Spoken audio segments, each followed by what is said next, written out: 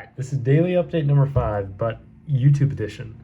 So it's going to be a lot longer because I generally have a lot of stuff that I want to say, but I don't want to make a whole bunch of clips because that would take a while. So I'm just going to say it and then, maybe I'll do something with it later. But to start off, good run today. It was like 7:20 pace for 8 miles. Felt solid. No issues there. No knee pain.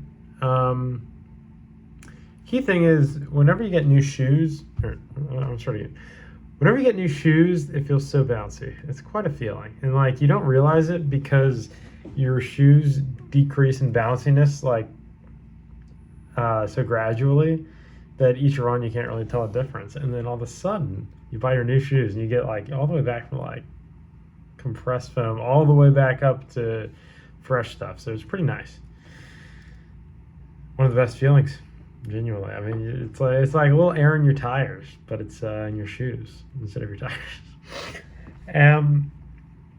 I have been the past couple days spending way too much time on the social media stuff, and because there's this idea okay, I gotta study these Instagram influencers and see what they're doing and what's working.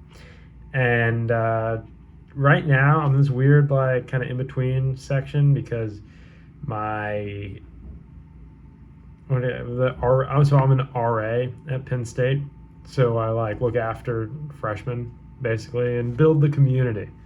We're all about building community here at Penn State, so I build the community, and we have training every year. I mean, days upon days of lectures and interactive lessons. But interesting thing is, it's done, and I have 3 more days before school starts, and it's been done for the past couple days. So I've had a lot of time, and I've just kind of been futzing around, just scrolling Instagram. It's not even it's weird. It's kind of a new sensation because I have had I have Facebook Marketplace for looking for bikes. I'll get to that in a second. But for trying to sell stuff or buy stuff, and then I'll end up scrolling the whatever you call it on Facebook, and I can waste a good bit of time there because it's extremely grabbing. It'll get you. You want to keep watching, and my Instagram feed is all I exclusively follow running and triathlon accounts, and so everything in my feed is it's not interesting. I mean, it is interesting, but it's not that kind of super grabby stuff that's people doing dumb things. It's people talking about whatever workout they do. And a lot of people, it's just did my 8-mile run at 9:30 pace or something like that. They're not all elite athletes. A lot of these people are just doing it, but recording it.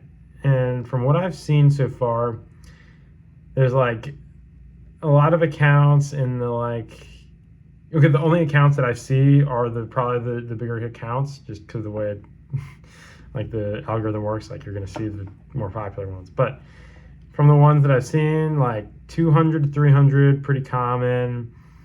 600, pretty common. 1,500, pretty common. And once you start getting bigger than 1,500, I think it's something real. And I think you can probably piece together 1,500 people or that know of you or just randomly follow you.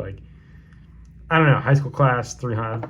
I don't know what the breakdown is, but I think you can get to over 1,000 pretty easily just by people if you're following a lot of people. And but you got to get over that for it to be real, I think. I mean, obviously it depends how you do it. If you don't follow all your friends from high school or college or whatever, and you still get to 1,500, then that's pretty legit. But I think you can probably get to that number without it being too successful. But big day today. Just broke 100 subscribers. So let me know in the comments what you want me to do for the 100 subscriber special, and we'll have to do it. What else? So that's on Instagram. I think it's easier on Instagram to get followers than YouTube. It's because like a YouTube account with 10,000 followers is like pretty legit. Instagram is also like decently legit, but Instagram doesn't have the monetization like YouTube does.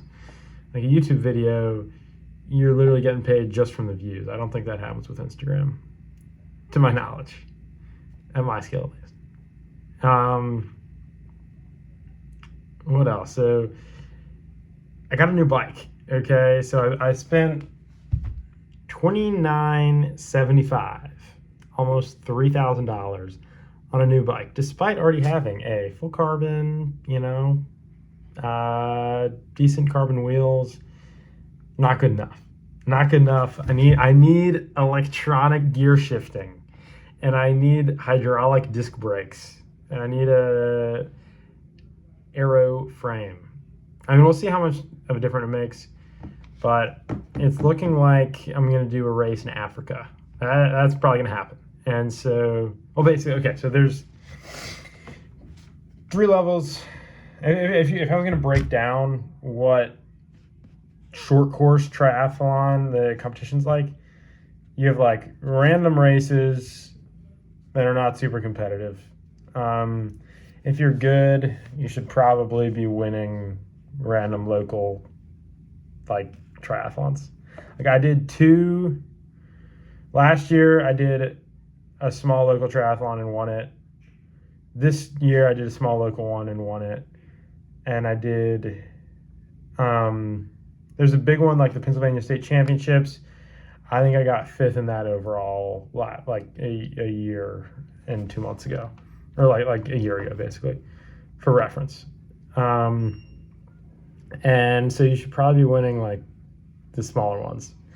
And then above that, you have like bigger races. Kind of hard to know what's what, but like the USA Triathlon National Championships, it's a decently big race. Like there's some good guys in that. And I think it's amateurs. And then basically if you're winning that, or you're pretty close to winning, you get your pro card. It's like if you're within 4% of the winner's time, you get the professional card. And you can do like professional Ironmans, or sometimes there's professional like Olympic or shorter tries. So you get your pro card, you can do that. And so at least the draft legal, I was expecting it to be a little more competitive. Like I got 10th, or I got 11th before getting DQ'd at the Collegiate Nationals, so I was not expecting to win, but I won USA Triathlon National Championships 2026.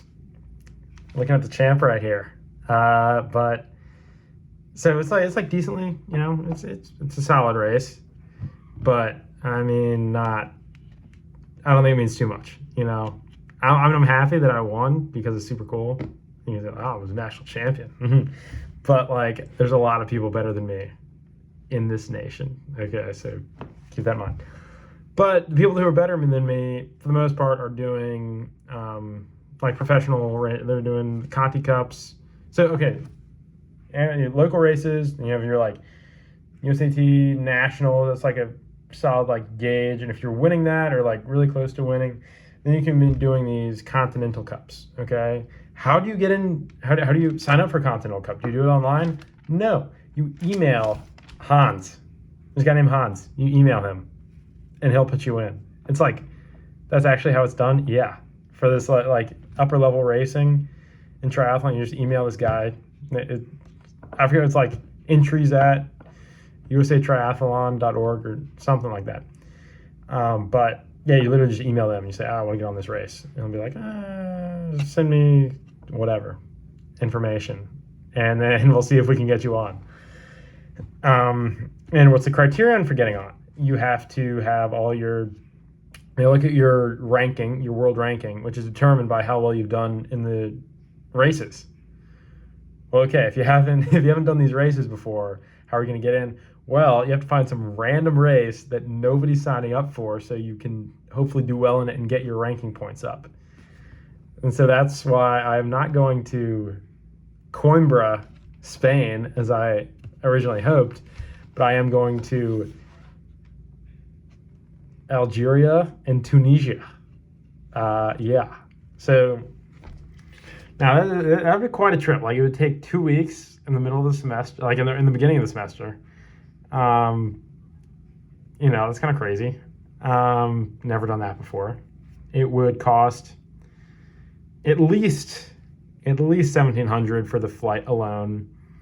Probably the whole trip probably be 2 to 3,000 U.S. dollars. And like for me, that is a very substantial amount of money because I'm not really making anything when I'm going to school. I'm actually losing money because you got to pay for tuition. And yeah, so that's a lot. I mean, I could do a couple of those, but basically it's got to work out. You can make a little bit of money if you do well, but like first place is going to be like $600. And first place would be extremely difficult. Like, at least for one of the races, like the dude who I think is going to win is ranked 100th in the world, 116th in the world, and it runs a 13:39 open 5K. That's really fast. Like, that's tough. Now, my goals this year, I have a bunch of goals this year. One of them is to break 15 in the 5K. My current PR is 14:45. Okay. So, I mean, that was on grass like 3 years ago. So maybe I'm in better shape now, I'd hope. But seriously hope that I can do better than... I mean, I really want to break 15. Like, even if I was on a track, I think that would be super legit. Other running goal is break 25 in the 8K, which would also be a huge step up. My current PR is like 26:40, or a little under that. So I got to take like 20 seconds a mile off. 5 flat pace, 5 miles on grass. On grass. I think I can do it. We'll see. Other goals. Number one overarching goal absolutely needs to happen. I'll be very happy. It's an ambitious goal, and I really want to do it, is winning collegiate nationals. That is the mark. That's the gold star. Everything hinges on that. And that's it. There's some good guys. Biggest competition probably is the guy who won last year, Isaac Lamprecht. He's good. He's pretty legit. He's been racing Conti Cups all summer, and so he's pretty fast. But I mean, can he hang up with my rate of advancement? I don't know. Remains to be seen. Not if I have anything to say about it.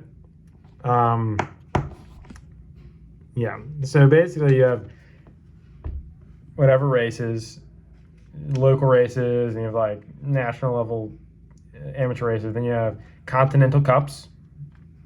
Okay, then whole another ball game, World Cups, whole another ball game, WTCS, World Triathlon Championship Series races, and those are like Olympians. They're like, it's an insanely stacked field, and that's like really legit. That is the best in the world. And so right now I'm like kind of looking into that like lowest tier, seeing if I can get into that. And if you do well, you win a race. I mean, there's a whole list of criteria. It depends on how difficult the race is, how consistent you are, like all kinds of different things. But you can get money from USA Triathlon. So lowest levels, like for U23, is like you get $1,000 a race. Every race you do, they'll give you $1,000 for like 3 races. And next level is like you get to do 6 races, and they'll give you $1,000 a race, which would be huge because that would basically pay for my flight. So I really want to do that as soon as possible. That's another goal. So basically, sub 15 5K, sub 25 8K, break 4:20 in the mile, hopefully. Go under first 5:20. Current is 5:40. First go under 5:20, then go under 5 minutes in the 500-yard swim. Bike power is like, I'm blown away. I'm excited, so I'm happy. Keep the train rolling. Triathlon wise, top 10 at a Conti Cup. Well, race in a Conti, get on the start list, race in a Conti Cup, get top 10 so I get some prize money, hit whatever qualification I need to get USA team money and get funded.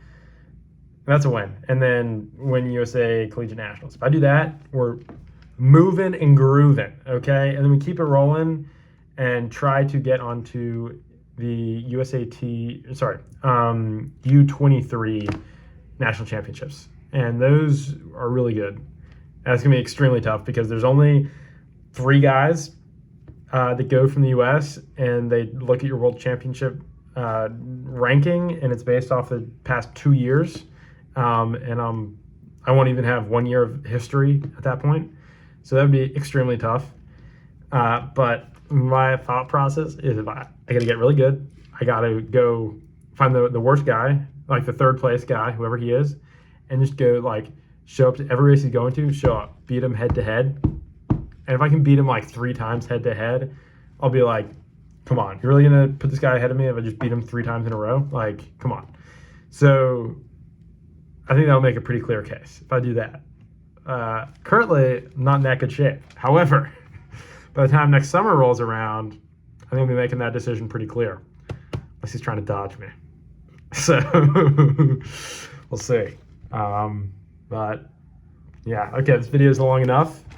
I hope nobody watches it because it's probably not a good use of time.